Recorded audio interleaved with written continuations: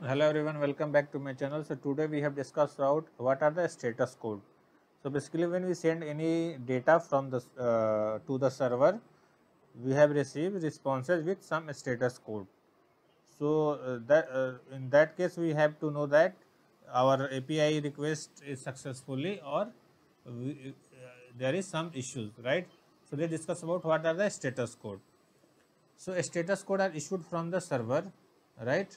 From the server, and they gives information about the HTTP responses, right? A status code are the issued from the server and they gives information about the HTTP responses, right?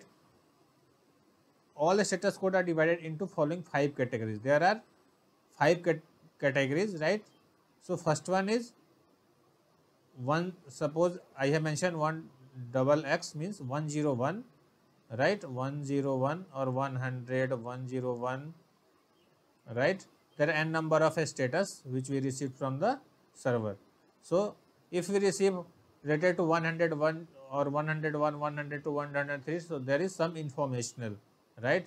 If we receive 200, then is successfully 201, 202, right? If we receive 300, then there is some redirection happen in our responses. If we receive 400 from client from responses, means there is some error in our client side, right? Suppose 400 or 401, 402 means we have there is some issue in our client side.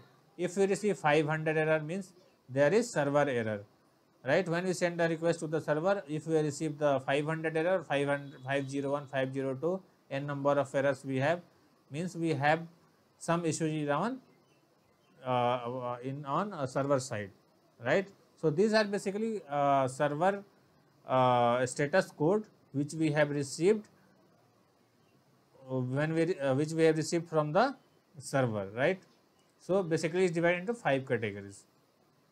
So next video we will discuss about HTTP verbs, means HTTP post, HTTP get, right, and HTTP put. So that's it for today. Thank you.